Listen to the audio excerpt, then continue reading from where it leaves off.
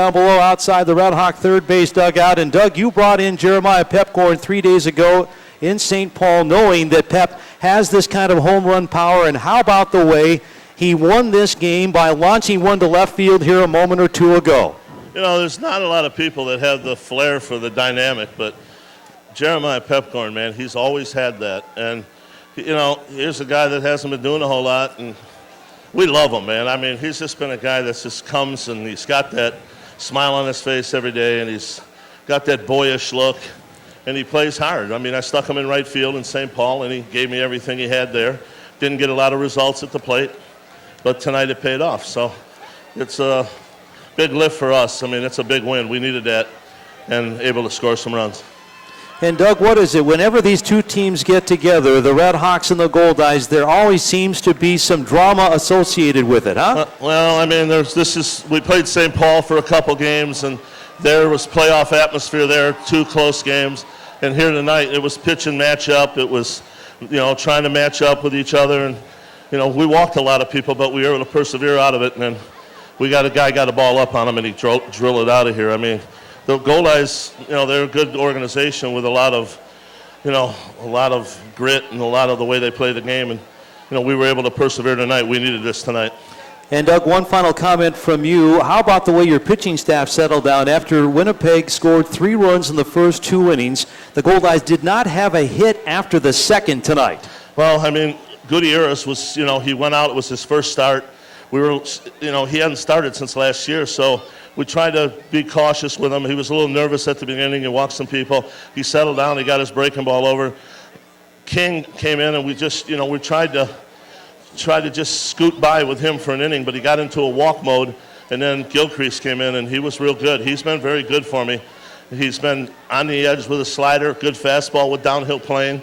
They don't get to lift the ball on him much, and, you know, Jackson made a nice catch to get Gilcrease out of that inning, and I think it was the 7th. So, I don't know, team persevered. I think they felt it. They wanted it. And, you know, we played well.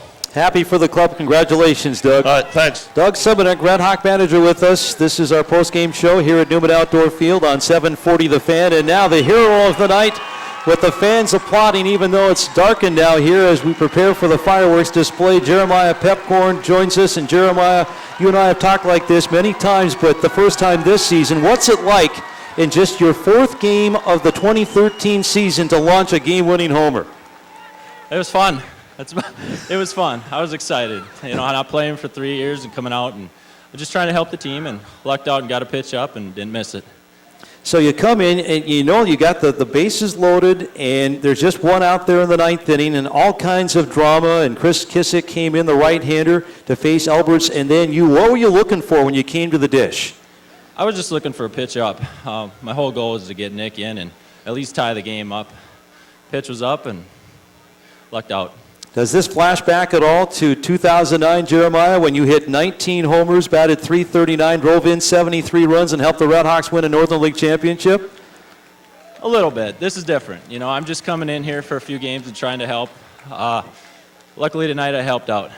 And how's it been for you? I know you and I talked in the clubhouse in St. Paul just a few days ago on Tuesday when you joined the Red Hawks. You were playing town ball for Nisswa, Minnesota. And so what has been the biggest adjustment for you? Clearly, we know that you can hit this level of pitching, but what's been the adjustment coming from town ball into the American Association this summer? Well, first night we got here, the guy's throwing 96. You know, about as hard as we saw was maybe 85. So fastball is definitely different. Guys are throwing a lot better breaking and off-speed pitches, so that's been the biggest adjustment. Well, last thing, and I don't want to put any pressure on you, but how long are you going to be in a Red Hawks uniform this summer? Probably just through the weekend. I don't know. We were just... Doug called me up and just said he had a few guys banged up, and I wasn't doing much, so I thought I'd just come out and give some guys a rest and just play as hard as I can and do my best. You weren't doing much, so you thought you'd show up and hit a great game-winning grand slam. Way to go, Jeremiah. Thanks for the visit. Thank you, guys. Jeremiah Pepcorn, there aren't too many people across the American Association who can just come out and in their 4th game, playing during the summer, be able to do what Jeremiah Pepcorn just did. A walk-off grand slam home run wins it tonight. And we'll come back with the second segment of our post-game show as we break down the American Association